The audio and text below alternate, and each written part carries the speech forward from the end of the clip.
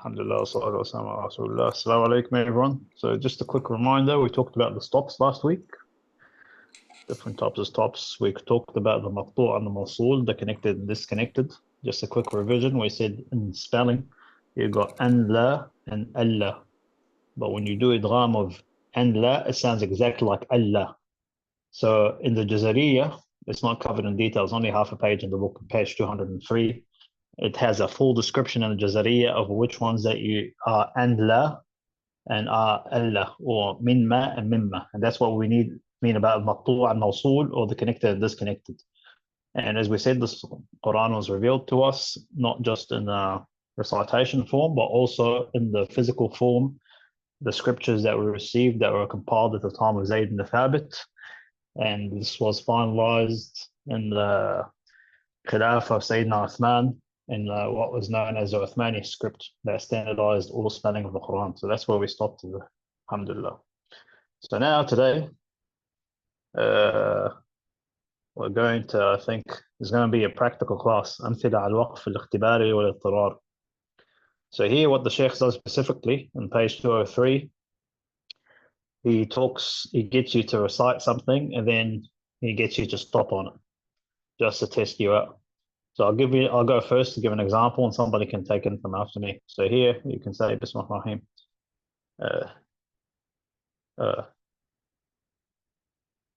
He's got أيها المؤمنون. If you stop on it, it's أيuh. So that's weird. Right here, what I'm trying to explain is that although it might be a strange stop, at the end of the day, just make a sukoon of it. So that's the standard way of stopping. So you guys want to give it a shot? Okay. Oh, we'll get brother. Yeah, I'll get him to go, brother Harris. Okay, inshallah. So we'll do Ya Ayyuha Sahir. So how would you stop on the middle one? So it would be Ya Ayyuh. Yep. You wanna go, Musa? We'll alternate. Inshallah. So yeah, أيها الثقلان would be أيuh. Yep. Next one you got Fima Anta. It's Fim. Next up. Yeah. Bima yarji'u will be Bim. Yep. Musa, this is a tricky one. Yeah. مما خلق would be مما خلق. Was that right? You can't stop on. Oh no, but if you happen, let's just say, to run out of breath, how would you stop on it? Mim. Yeah, so that's good because you not only did you mention the sukoon on the mim, but you also pronounce the shadda. So that's good. Alhamdulillah. I think it's my turn, is it? Oh, Bismillah. So the examples here we have said when let's just say the hamza, the alif is being thrown out, alif al-madiyya. Here's got examples of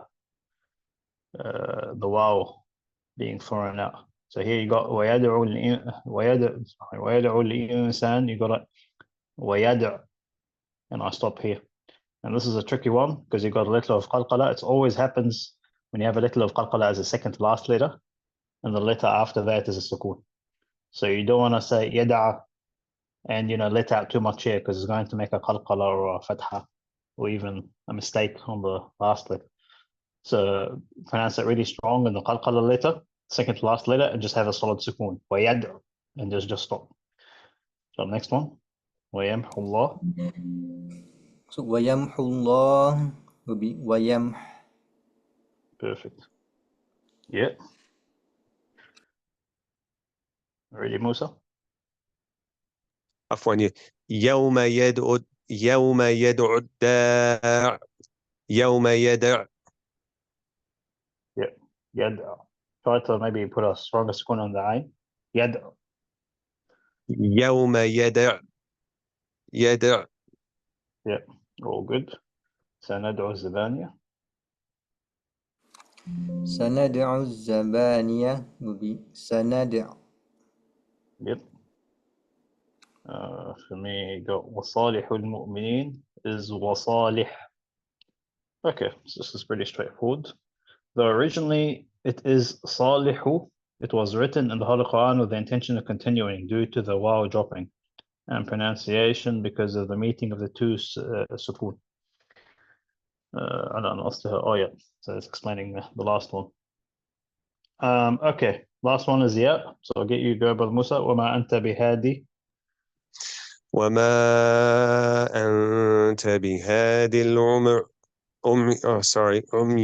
عمي. Yeah, so if you stop on hadi, how does it sound like? بهاد. Yeah, perfect. Next one. So إن يردني الرحمن would be إن يريد. Perfect. Alhamdulillah. I got here. بسم الله الرحمن الرحيم. من هو صال الجحيم is من هو صال. Okay, what else does it have here? I think, to be honest, this is self-explanatory. Looking at the next page, here when it talks about the ya being omitted, it's talking about, obviously, you got the تغنين نذر is talking about, like, you know, the sukoon side of things, but I'm not going to try to go through all the examples. It's pretty obvious. You just make a scan of the last letter. Any questions with regards to this page? Because I'm thinking of skipping it. Yeah, all good. Alhamdulillah, all good. الحمد لله. Sweet. So next one. اسم مقطوع على مصولة. أيما تدعو. Oh, this is interesting. So here it's stopping on something that's مقطوع مصول, is connected, disconnected. So that's the example that we spent the whole last week on. So I'll start just to make life a bit easy for everybody. We'll try this page. So you got أيما تدعو. Here you got أيا, or you could say أيما, and you stop on it. So obviously you have to choose which one you stop on, you know, but you can't with the مقطوع الموصول. You have to be really careful. You can't stop in the middle of the word. That's why I tell people just to be really careful. So yeah, you want to give it a shot, Musa? For الياسين. Yeah. And here الياسين. Yeah, actually, you said it correctly. Yeah, first off. Mm. Yeah, that's all good. Next one. ولا تحين. ولا تحين will stop as ولا Yeah, perfect. You got, this is a really interesting one actually. صوت نساء. فما لهؤلاء. You got فما or فمال. I personally prefer فمال. It's just easier for me because of the way it's drawn. So again, the tricky part with this, I think, that really makes sense is if you know the meaning of the words, you've got more control of which part to stop. So, like I said, the number one thing is not break it in half. Ligo Musa, Mali Heather. ما لي هذا مال هذا. Yeah. So it's Mali Heather, so just Mal. Yeah. Next up, we've got Famali Ladina. فما للذين stop as فما or فمال. Oh, good. Sorry, صوت المطففين. كالوهم. Oh, that's what it is. So you got كالوهم is, what was كالوهم? Yeah. All good. Next up, وزنوهم. وزنوهم. Yep. All good. Next up. يبن stop as يبن Yep, that's perfect. I got قالبن أمة. Now this is a different stop. Say قالبن. You got يوم هم بارزون. I think it's, yeah, go ahead. يوم هم بارزون. يوم. Yep. يوم هم على النار. Stop S. يوم. Perfect. Now I'm going to read my part and I'm going to ask both of you what's different from what I'm doing compared to what you guys are doing. Now this is really critical. I'll read it. بسم الله. يومهم الذي is يومهم. So why did you guys stop at يوم and I stopped at يومهم when yours has يومهم? Is it because the Atur example is connected in terms of the script? No. Yes, it's connected. And why is it connected and disconnected? What any idea why is mine connected and why yours isn't? Yeah, I have no idea. That's all right. Was it to do with the different recitation styles during the compilation? Oh no, this is a straight up. This is not Hafs. This is straight up Arabic. So I'll translate it to you now. So you got 3 ayat. They sound exactly the same, but you got 3 ayat, but they're exactly the same. Meter off. And yeah, excuse me for a sec. Yeah. Okay. So you got 3 ayat that are the same right now. Let me just put it here. So you got يوم هم بارزون, يوم هم على النار, and يوم هم الذي. With يوم هم بارزون is when they are, let's just say, standing. يوم هم على النار, the day that they are on the hellfire. يوم هم الذي is actually the day they. So you see the difference?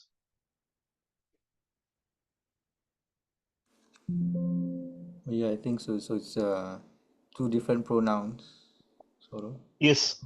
So يوم is they. That's what it means in Arabic. Hum is referring directly to them. Hum means them in Arabic. It's a group of males, a group of females. But يومهم specifically refers to their day. You see what I mean? When I tell somebody, for example, when I say يومهم, يومكم, or when I say this is هذا يومك, this is your day. But when you can see how understanding the meaning, because obviously, subhanAllah, this is why the meaning is really critical when you're spelling it out in Arabic and actually reading it.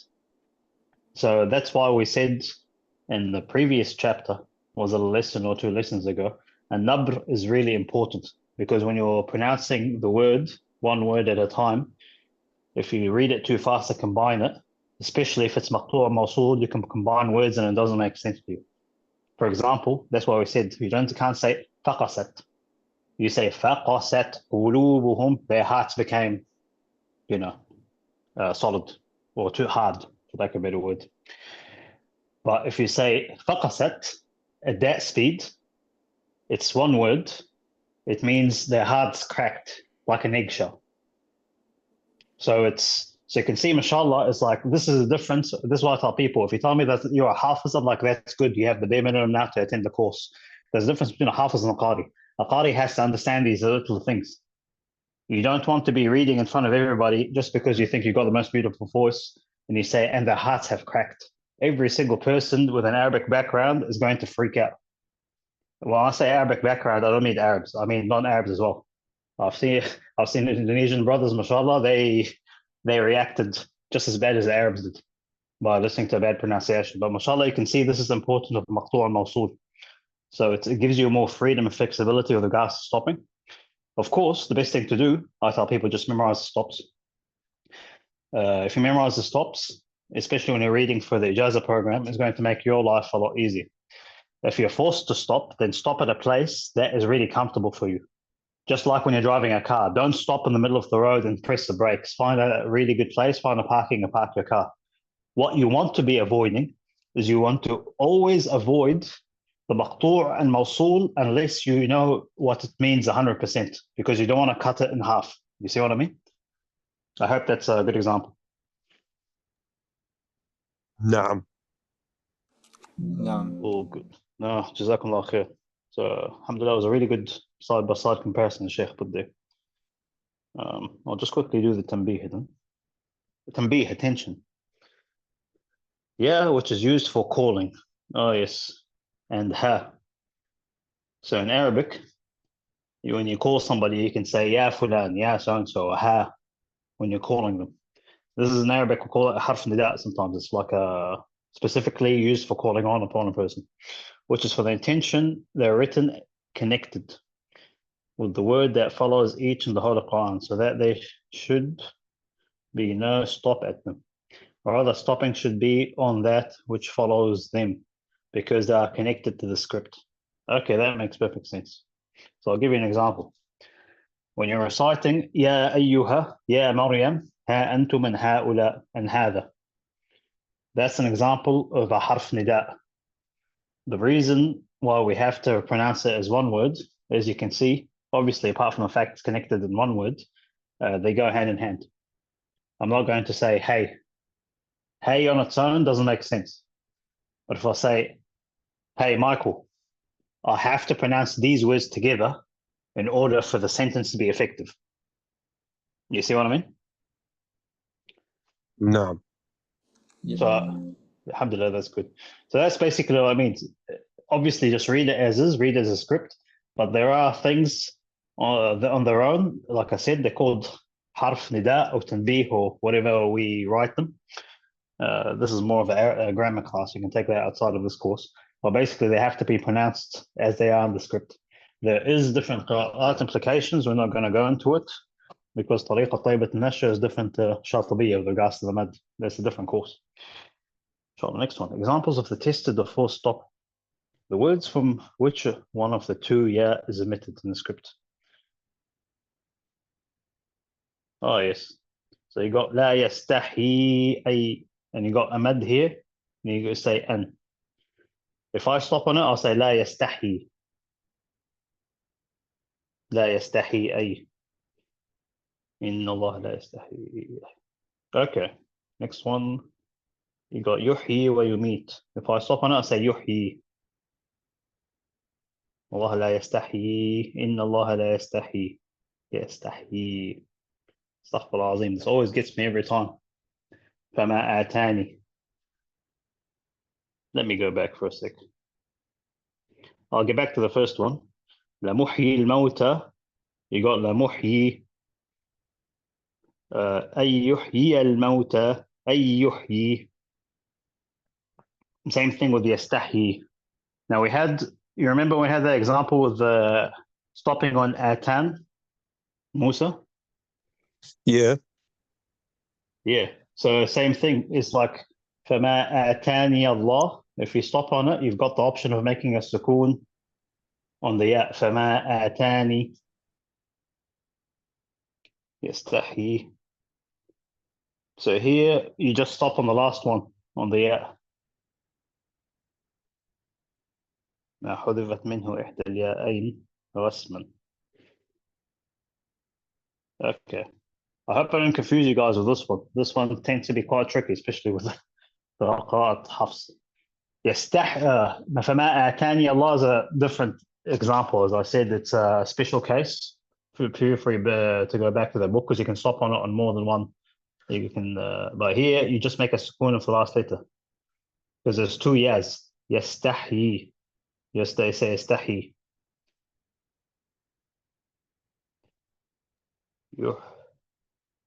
يحيي. لا محيي. أي يحيي. Does that make sense, or do you guys need an example? Yeah, I'm not quite understanding this one with the yas at the end. Is it you just pronounce one?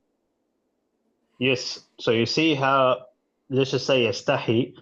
You see how there's two yas. There's one with a kasra at the bottom and another one that looks like a V shape that's sleeping on the side, right? Yeah. Yeah. So basically, I just read one. يستحي. يحيي. يحيي ويميت. I say يحيي. Alhamdulillah. So that it's a bit tricky when you think about it. It's kind of like they're saying, "Oh, you're stopping with 2 letters." It's easier for me to say, "Oh, just put a sukun." أي يحيي الموتى. So here, أي يحيي, you're not saying يحيي. You see what I mean? Yep. Okay. Alhamdulillah. Man, some of these things really twist your head. We haven't even started Dawam and Ishmam yet. It's going to get real tricky. Bismillah ar-Rahim. Oh, here is another one. So you want to try this, Musa? No warai hijab. Yep. من وراء حجاب. من وراء. Yeah, that's right. Next one. من تلقاء. Yep. من تلقاء نفسي. من تلقاء. Yep. وإيتاء ذي القربى. وإيتاء. Okay, that's an example where you're stopping with a hamza. That's basically it. The reason why you got the ya looking thing there is it has to be there when the hamza has a kasra, but the actual sound that comes out is a hamza. That's basically it. I'll probably get you, Brother Harris. Jaza'ul Zalimin. جزاء الظالمين. Stop this. جزاء. Perfect. تفتأ تذكر. Stop this. تفتأ. Yeah. Then شركاء شرعوا. Stop this. شركاء. Okay, Jazakallah khair. That's perfect. We're just covering every single example right now. Now I got this one. Allah يعين. أمثال الوقف الاختباري والطراري. Oh yeah, so here you got another example. You got وَلِيَكُونَ مِنَ الصَّاغِرِينَ. Now here, obviously I'm doing a drama with it. But here I say وَلِيَكُونَ. So I'm just sticking literally to the text. If you're stopping on harf mad, you have to just extend the mad. That's the exception. يكون, ذهب, شرب, you know, that's just basic Arabic. You got لنسفعا بالناصية. Now here when you read it, you drop the hukum because if you're stopping on it, you have to say لنسفع. You can't say obviously if it's a iqlab or idgham or whatever, you have to drop it. So now we're saying it in his 1,000. Oh yeah, this is Alfiyat ibn Malik, the 1,000 line poem. After a fatha, substitute a noon for an alif at stopping, as you say qifa, stop, instead of qifan. So basically, yeah, you're just saying, same thing with the tanween. If there's a tanween, like ma'an, you'll say ma'a, qifan, qifa. Basically, it's at the end of the day, I'm not going to try to get the details of it, but as you probably already figured out from the last 2 pages, stick to the script. If it's a harf mad, you continue the harakah of the last letter. Everything else, you give a sukoon on, as far as I'm concerned. Any questions on the waqf?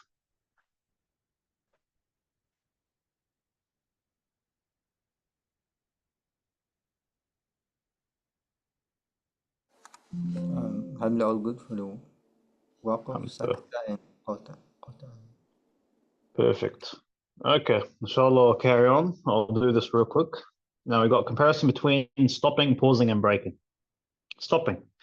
It is to break the voice at the Quranic word for a time within which a breath is usually taken with the intention of resuming recitation. Example of this you got, Bismillah.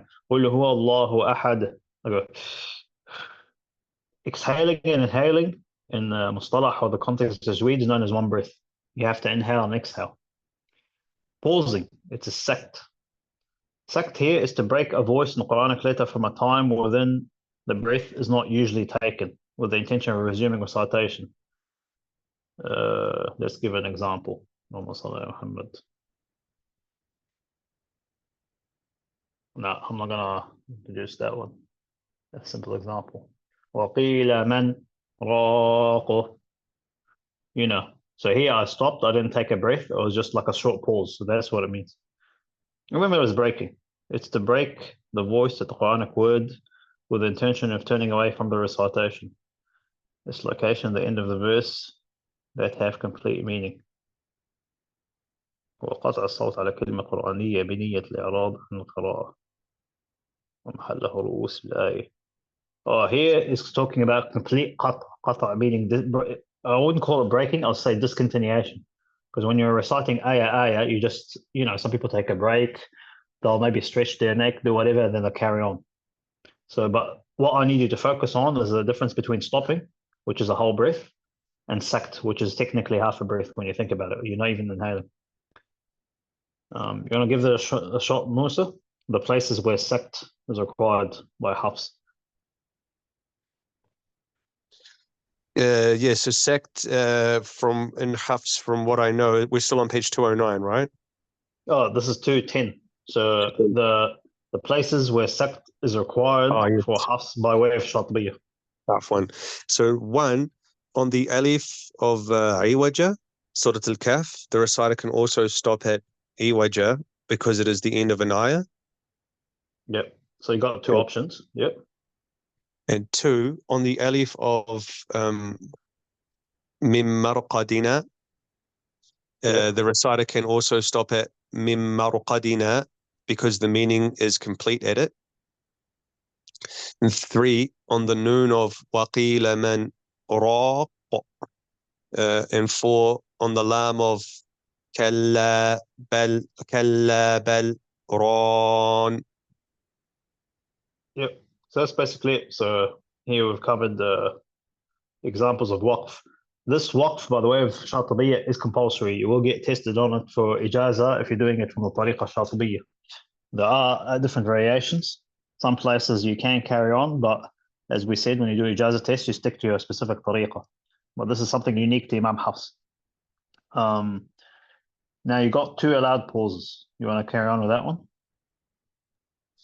Yeah, one, between the end of Surah Al-Anfal and the beginning of Surah At-Tawbah, Bara'atun min Allahi wa rasulih. In addition to pausing, it is correct to stop or join these two surahs to be mentioned in detail in the following panel. Oh, sorry, it's Inna Allaha bi kulli shay'in alim, and then the sect. Yeah. So does that make sense, Brother Harris? Yeah, so what I understand is you can pause or stop or join. Is that correct? With this one, yeah. So with this one, specifically because, as we said with Hafs, our qira'ah tends to do the basmala between the surah. So because there is no basmala, it's the exception of Tawbah. What happens in this case, it's to kind of mark the end of what you're doing. You've got two options, and to make things a bit easier, you can make qata' or sakt.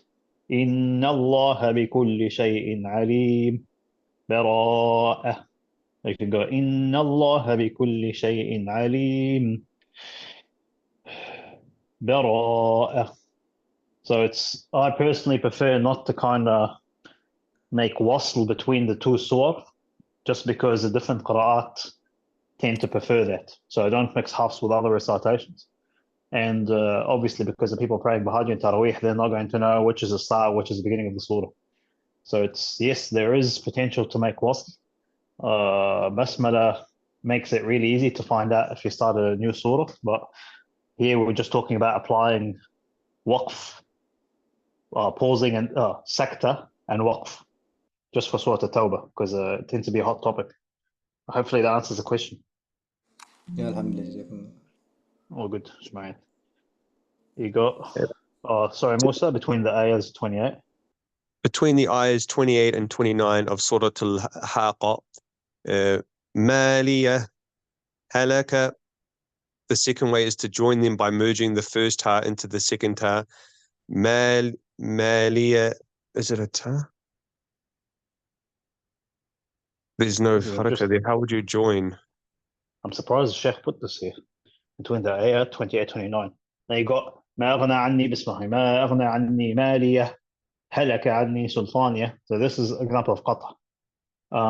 You can make a shorter or full stopping. If you want to do a pause, you can go ما أغنى عني مالية هلك عني سلطانية. So realize here I haven't taken a breath. If you're going to continue, and this is where it gets tricky, I prefer not to continue specifically here. And this is probably why Imam Hafs put the waqf here. Yes, we do know because of the drawing and the way the Quran is written, they're two completely different words. But Imam Hafs, I think it's Imam Susi. I don't know if he does it specifically. Imam Susi, mashallah, is big on Idgham al-Kabir. So there are other places where if two letters are the same, you're freely, like Maliki Yawmiddin, Maliki Yawmiddin, Ya Salat al-Mustaqim. Oh, wait, Alhamdulillah bil Alamin, Rahim Malik.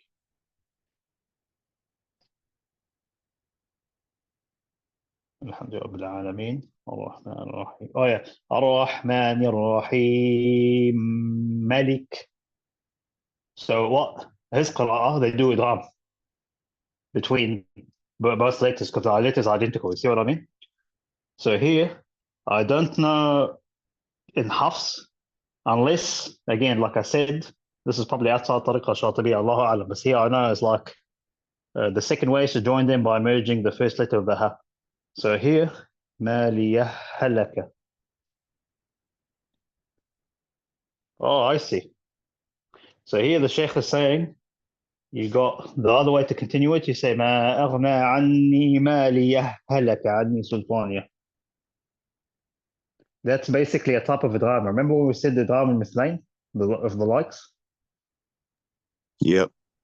So if you have two letters are exactly the same, the first one's got a sukoon on it, and the second one doesn't have a sukoon, then you can merge them together. لقد تاب. Then it is an example. That's not an identical one, but I'm just giving an example, like because here the Imam is saying in number 2, treat it like it's a idgham. But again, if you're more comfortable, which for me personally is the case, rather than doing the idgham, I prefer to stop or do sakta if I absolutely have to. Does that make sense? Yep. No. Yeah, so at the end of the day, you do have options. MashaAllah, Tariqa Shatibiya, even one Tariqa has plenty of options. I prefer to use the easiest one. And that's why I tell people, if you can choose to stop, choose the stop that you're comfortable with. Alhamdulillah, that answers it. Hasbullah. They're really tricky. Next one. The rule concerning the word at which the reciter pauses is the same as that of the word stopping. Oh, Mad al-Iwad. So here, this is something that we covered before in previous examples. I'm not going to dwell on it too much. You know, if you got Surat Al-Kahf, وَلَمْ يَجِدْ لَهُ عِوَجًا. It's عِوَجًا. If you're saying عِوَجًا قَيِّمًا, that's if you continue. But here, if you got sect, I just tell people again, if there's a sector at the end of the ayah, I personally prefer, and I teach this to my students, if it's at the end of the ayah, take the sector. Take the waqf and the full breath and the stop. It's easier for you, especially if the next ayah is really long, and it stops you from trying to merge into the next one. So you got iwaja. If you continue, you say iwajan qayyima. You have to continue the hukum of the tajweed to carry it on to the next letter. So to prevent people from getting into this mess, knowing what the last harakah is on the end of the surah, I just say stop. But just remember that if you choose to stop on the sakta or not, if you refuse the sakta because it's an optional sakta, there's minimum 4 saktat are in hafs, and there's 2 optional. If you choose to carry on after the sakta, you need to know the harakah and carry on the hukum of tajweed based on the letters afterwards, if it's a ikhfa, idgham, whatnot. But if it's happening at the end of the ayah, by all means, make your life easy. Just stop. That's what I tell people. Any questions about these so far? Alhamdulillah, all good. No, Alhamdulillah. understood. Alhamdulillah. All good. I'll get you to do Surah At-Tawbah, now on page 2211, sorry. Me? Yeah. Okay, the two ways between the two surahs of Al-Anfal and At-Tawbah, one is stopping at the end of Surah Al-Anfal and then starting with the beginning of Surah At-Tawbah, which we know, and then second is pausing, which is the sect at the end of Al-Anfal without taking a breath and then starting with the beginning of At-Tawbah,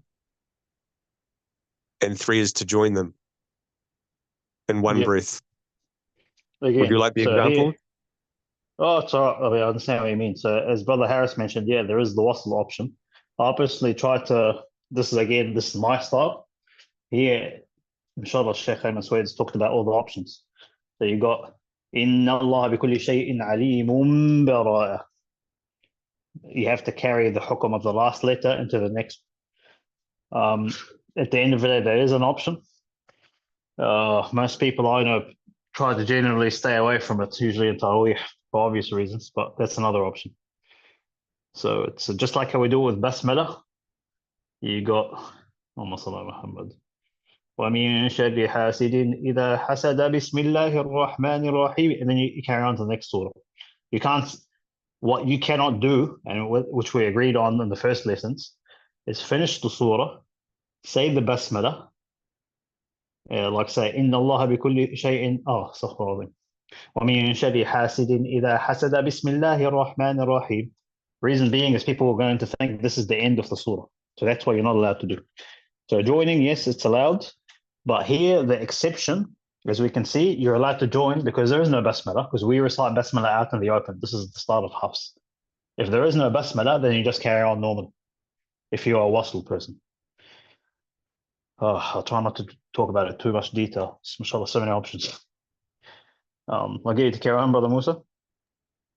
The symbol of pausing in the Quranic script, putting a small scene above the last letter of some words indicates pausing at that word in the case of joining it with the next word. It should be a short pause, less than the time needed for a breath. This rule was reported by Hafs by the way of a Shaltabiyya in 4 words mentioned earlier on page 210. Okay, alhamdulillah. So that's all good. We'll just try to finish off quickly in this session before we do Rawm and Ishmam. It's going to be quite heavy. But alhamdulillah, Rawm and Ishmam are going to be the last 2 heavy subjects you guys do. Any questions on Sakta? Alhamdulillah, I'm all good for a second. Alhamdulillah, that's perfect. So we talked about stopping and pausing and everything to do with that. Now, Brother Harris, I'll get you to do page 212. This is talking about starting right now. So there's a rule for starting too. Bismillahirrahmanirrahim.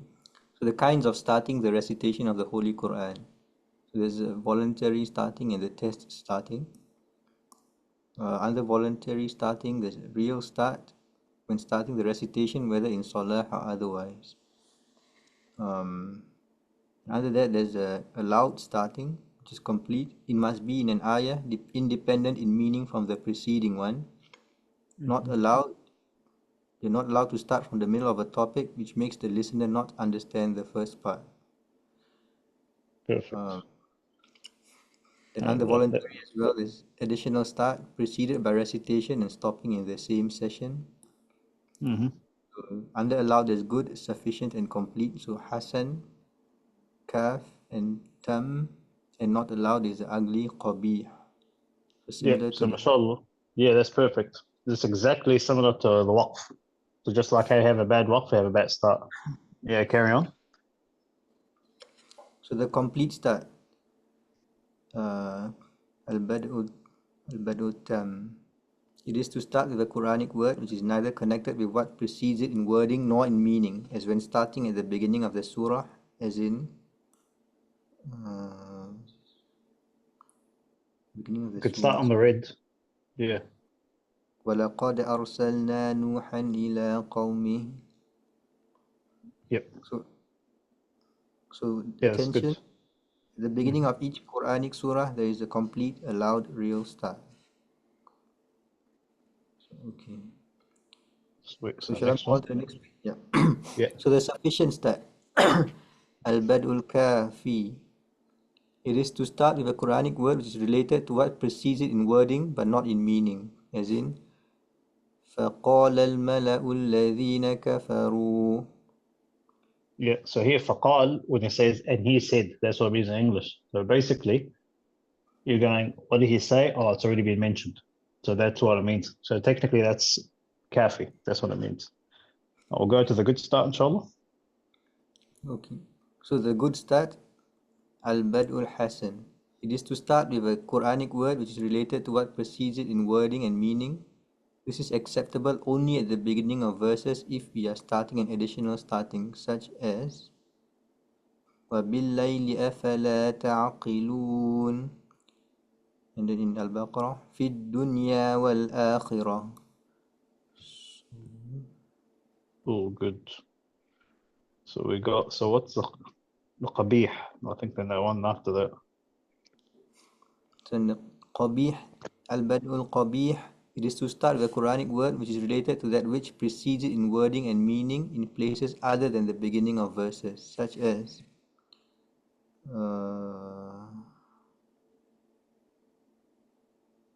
so in this case, فَلَمَّا أَضَاءَتْ مَا حَوْلَهُ. So it's a qabih start. Okay, let me just see. When stopping, then starting. Next one. Next one, ما بعوضة فما فوقها. Okay, sweet. So ما بعوضة فما فوقها, I'll use this as an example. You got إن الله لا يستحي أن يضرب مثلا ما بعوضة فما فوقها. You can't say ما بعوضة فما فوقها. You have to go to back to إن الله لا يستحي. هي مثلهم كمثل الذي استوقد نارا. Most likely sometimes, again, if there's a la or do not stop here, then by all means, some people, they take that, they make a mistake of stopping when there's a la or do not stop sign, and that's where this mistake can happen. But here, this ayah is saying, مثلهم كمثل الذي استوقد نارا فلما أضاءت. So here it's just started the story. You have to carry the story so it makes sense. That's all right. Now we have examples for the tested starting. So examples for the test. Oh, that's interesting. I'll let you alternate between Brother Musa to Okay. see, because it's going to be really interesting. So give it a shot. ثم اليقطع. So ثم ليقطع will be ليقطع. Yep. Because here you got a sukoon. You can't start on a sukoon unless you have to move it. So that's a tricky one. Are you there, Brother Musa? أصحاب الأيكة. وأصحاب الأيكة Yeah. الأيكة. Yep. Oh gosh, I remember this one. Go ahead, Brother Harris. So بئس الاسم Mm-hmm. الاسم or الاسم. Yes. So, oh man, this is bringing back memories. So basically here it's, yeah, the reason why we do it, as we know, it's like if you're starting on a sukoon or hamza wasl, you're going to need something. But you don't say al-ismu because you're adding a hamza. There's something to be clear, not to be confused with another word. Yeah, Brother Musa. قُلِ اللَّهُمَّ. قل اللهم. Perfect. Okay, you go, Brother Harris. I'll explain. There's a rule for this, by the way. We'll cover it, inshallah, next 10 pages from now. So, الذي اؤتمن. الذي اؤتمن أوتمن. الذي اؤتمن. اؤتمن. That's interesting. I'm surprised they didn't say the Hamza. Let me get back to you with I'll double check on that one, on that first word. Yeah. Because I thought it'll be u'tumin, to be honest. The Hamza isn't there for some reason. Hamza, if it's a different qira'ah, I might understand, but should be, I think, if I'm correct, is u'tumin. U'tumin. So I understand why it has to be a dhamma, because I'll explain the rule in 10 pages from here. but for some reason they don't have the Hamza, which is surprising. So I'll just say as u'tumin. Next one, Musa. إن امرؤ امرؤ. Yeah. Then Isa ibn Maryam, ibn Maryam. Yeah. وإن امرأة امرأة. Yeah. So before you guys finish off with this one, here is the golden rule. I'll give you as a shortcut. You got a lot of Hamza al-Wasl. Hamza al-Wasl isn't necessarily a Hamza. It's just you link it straight away. Ini muru'un. Alladhi tumina. So the rule is, and it's going to start making sense to you, if the third letter of the second word is a dhamma, you do a dhamma. So like you said, alladhi tumina. What happens if you start on u'tumin? Because the third letter is a dhamma, you have to say u'tumin. You can't say i'tumin or a'tumin. You see what I mean? نعم. So that's the rule. So now when you look at it, look at the third haraka and see how it impacts the Hamza al-Wasl. That's how you can tell if it's going to be a dhamma or a kasra. So I'll let you go, Brother Harris. Animshu, sorry. Animshu, imshu. I'll get back to this one. This one is an exception, by the way. We'll talk about it later. Next one, you got ثم ثم قضوا اقضوا. Then فقالوا ابنوا في السماوات ائتوني ايتوني. في السماوات توني. So if you stop on it, say tuni. Okay. Let me look at the one that we said there's a star. These verbs are started with linking Hamza Bakasra because the third letter of each has a dhamma. I'll just quickly go to page 226.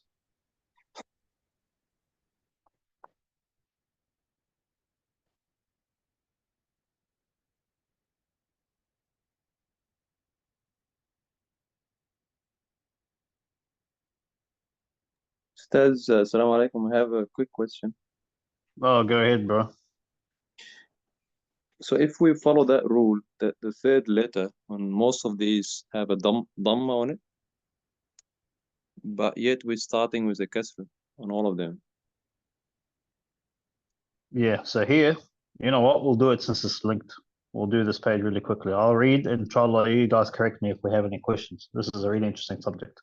Yallah, bismillah. We should have actually read 226 and gone back to that one. Would have clarified it. I do apologize. It's just the order of the book. I think the Arabic one's got it different. Bismillah. Okay. The harakat of the linking Hamza with a starting verb.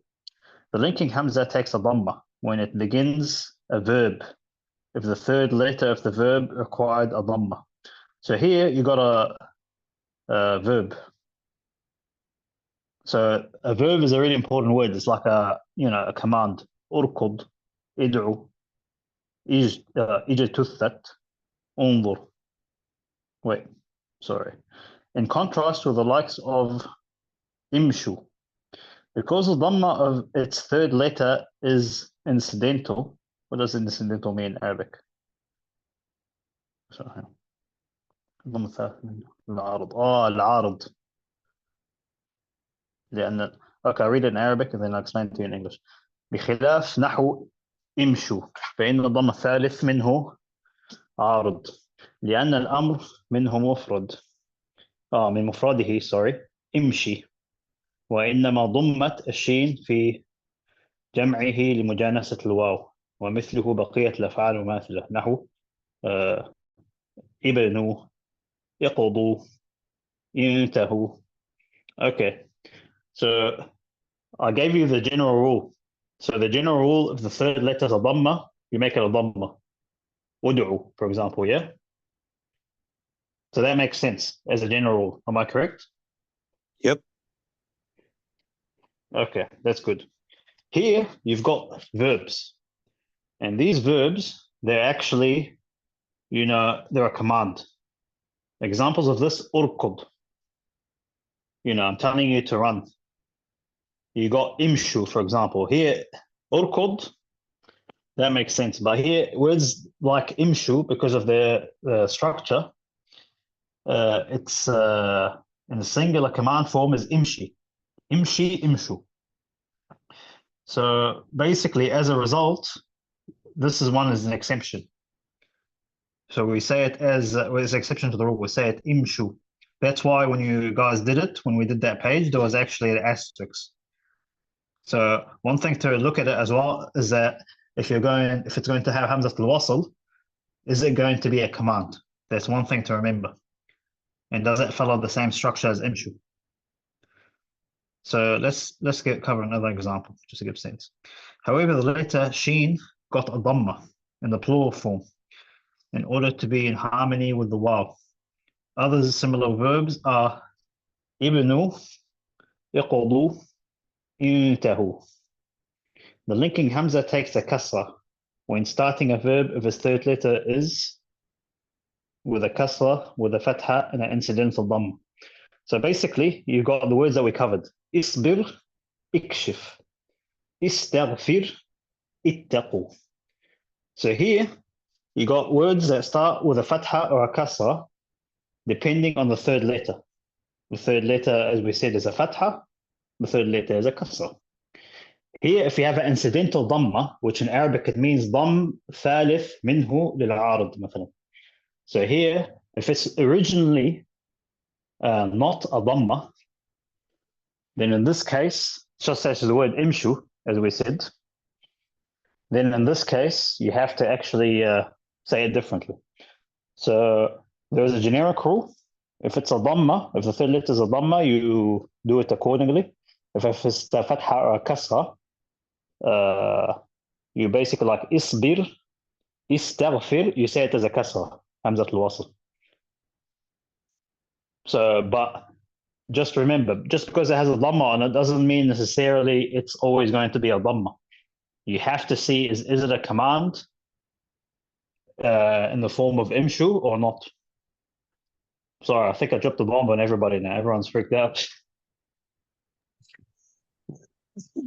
So is it that you take the third haraka and you apply that to the hamzat al-wasl, unless it's a dhamma with the waw after it, in which case how do you know what haraka to put? Yeah, so here it is. So basically, if the third letter is a fatha or a kasra, you say hamzat al-wasl as a kasra. Ibni, idhab. So, something like that, it's pretty straightforward. If the third letter and you have hamzat wasl that you're starting on is a fatha or a kasra, then you make kasra. That's simple. If it's a dhamma, then you make a dhamma. The only exception to that is if it's a dhamma belonging to something like imshu. وذلك في, you got the words like ibnu, imshu, iqdu, intahu. Oh, sorry. Ituni, like the one that you did. In this case, you have to start with a kasra. What they're trying to mention, I think it's outside the scope of this book. Some of you guys have covered sarf, right? Not really. Can you say that A little bit. Sorry, brother, go ahead. I didn't catch the last one. Covered what? Sorry. Sarf. So you got two types of Arabic grammar. You got, say, grammar, which is a general structure of the sentence, and you got sarf, which is the structure of the word. So what we do, for the sake of, it's actually a science on its own. Sarf is basically the science of making it easy to pronounce a given word. For example, this is unrelated to this, but in Arabic, it's hard to find something that's got 4 harakat of the same letter. For example, you got dhahaba, shariba. You don't have more than 3 fathat followed by each other. Or like say sharaba, for example. You don't have sharaba, it just gets difficult. So as a result of the 4th letter, we've introduced sukoon in the middle of a 4-letter word to make it easier for the person to pronounce. So that's one rule of what sarf is about. Here specifically, Here, I'm not going to dwell onto the concept of it too much. If it's a dhamma, then by all means, say it as a dhamma, hamza al-wasl. But if it's a verb and I'm telling somebody something, like ibnu, imshu, iqdu, it's completely different. I have to say it with a kasra. And the only way to know if it's a verb is because of Arabic. You see what I mean?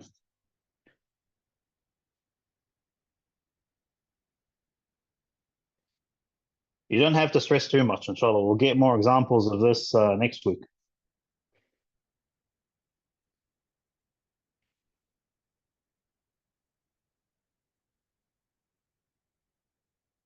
I think everyone is done by the sound of it. Alhamdulillah, I think I'm getting a grasp of it. Alhamdulillah. Yeah, so the easier thing to remember is if it's a fatha or dhamma, fatha or kasra, that's basically 66. You're 66% of the way there. You're 2/3 of the way there. If it's a dhamma, you'll have to find out if it's a command or not. And imshu, ثم قضوا is iqdu. فقالوا بنوا ibnu, ituni. So these ones, when you look at them, there is a dhamma, but they're commands. The thing is, you've got another option as well. The command words aren't that difficult. There's not that many commands that come. Most of the time, you're not going to stop, and that's why I tell people it's easier for you to stop at a designated stop. This is the reason why this seems really complicated, is that we are stopping at really unusual places. That's why, mashallah, when Brother Harris read, it said testing. These are places are being tested. You don't normally stop on these places. That's why it sounds really awkward. I'm not too stressed out about how you do it. If you're reciting an ijaza and you're reading from the beginning to the end of the sentence, you're not going to have a problem. You're only going to have a problem if you stop or start at the wrong place or a difficult place, and then you need to have an answer.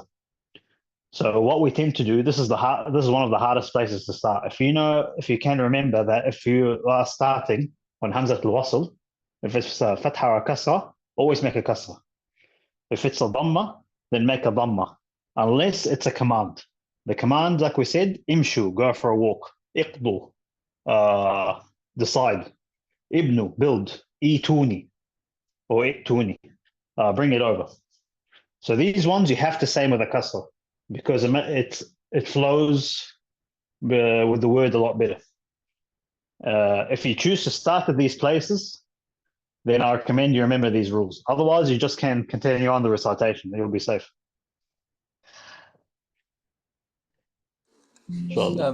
Question, but this the fail amr. So not all of them would be dhamma, right? Like, I mean, not all of them would be, because there's ud'u, but some fail amr is the exception, like imshu and the like.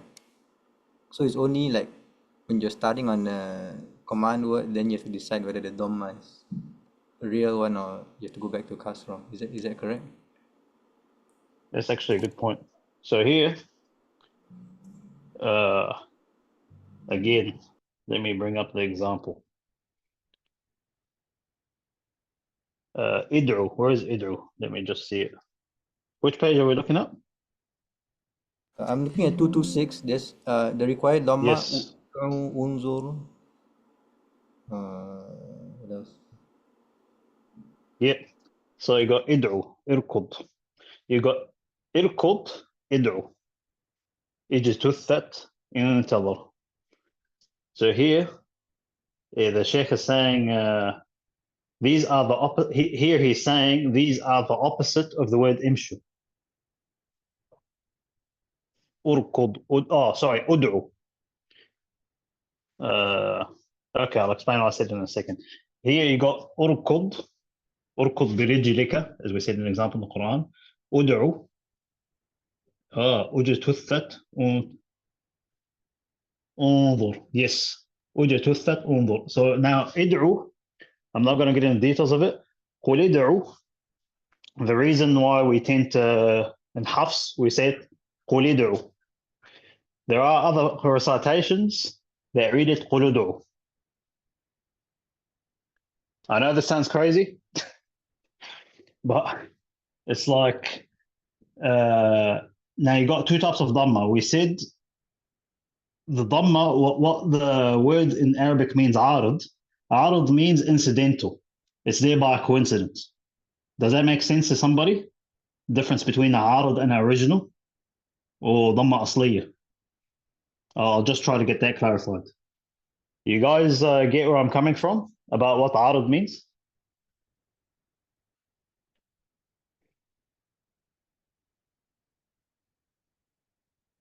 You know what I'm talking about, Brother Muhammad?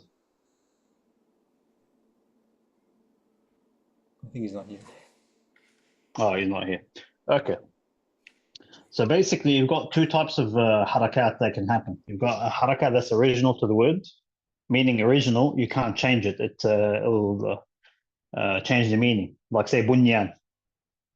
Yeah. Ainwan. The sukoon has to be on the noon. Or qinwan. Yeah.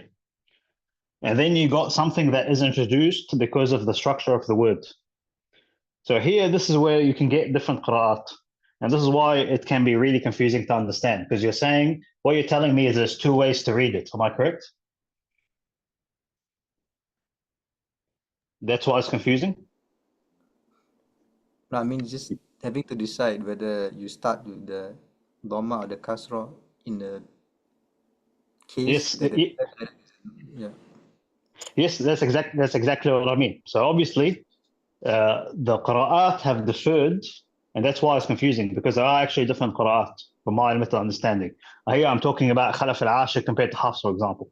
They're very similar, because what's happened is that some people have said, look, we're going to look at the actual haraka, which is what you're doing in this case, and you're saying, look, there's a dhamma on ud'u. I'm going to say it ud'u every single time. Other people are saying, look, the dhamma in this case is because of the situation. As you know, you can always end the word with a fatha, dhamma, and a kasra, right? It doesn't always have to be dhamma. So what the other people are saying is that because this is not from the original root word of the word, we're going to say id'u. And that's why you get two differences. Some people are saying, look, this is an incidental dhamma. It's there by coincidence. I'm going to say it imshi. Others are saying, look, it's already there in front of me. I'm going to stick to the general rule. Every time I see a dhamma, I'm going to say ud'u. You see what I mean? That's why there's a confusion. Does that make sense, Brother Musa? Yeah, so from what I'm understanding, these verbs here, they have the wow, and because of the wow, at the end of them, all of them say ibnu, uqsu, iqsu, itu, they have this wow, so they've put a dhamma there, but it's not necessarily a dhamma, it's just been put there for ease of recitation. So when we're seeing these, then we can put a kasra. Because Yeah. the ones that we put the kasra at the start of, they're all ending in the waw with the alif. Whereas the ones that we just keep the dhamma, they don't have that. Yeah. Now I'll give you an example. You've got urkub. Here, it's a command form. I'm saying urkub, birijlika. In some certain situations, I can say, let's say ud'u. I can say id'i. Now the ayn has a kasra on it, right? Yeah. So what people are saying, look, because the ayn transforms, it's not always going to be a dhamma. I'm going to stick to the original meaning of the word, which is a command form. Other people are going, look, I'm just sticking with a dhamma. If I'm going to see a dhamma, I'm going to do every time there's a dhamma, I'm going to do it. You see what I mean? Yeah. So I know it can be confusing because Hafs, the reason why we have these harakat at the beginning of the word is because we can't start on a sukoon. And that's where the ulama have deferred, depending on what style they have. We've got قُلِ ادْعُوا الَّذِينَ زَعَمْتُمْ. We've got قُلُ ادْعُوا الَّذِينَ زَعَمْتُمْ. Astaghfirullah azim. I'm trying to think of another example. I was reading Surah Nisa.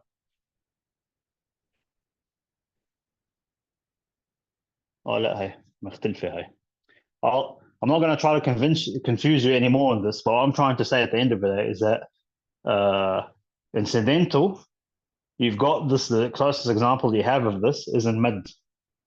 As we said earlier, with mad, you got إياك نعبد إياك نعبد وإياك نستعين. You said, remember that type of mad?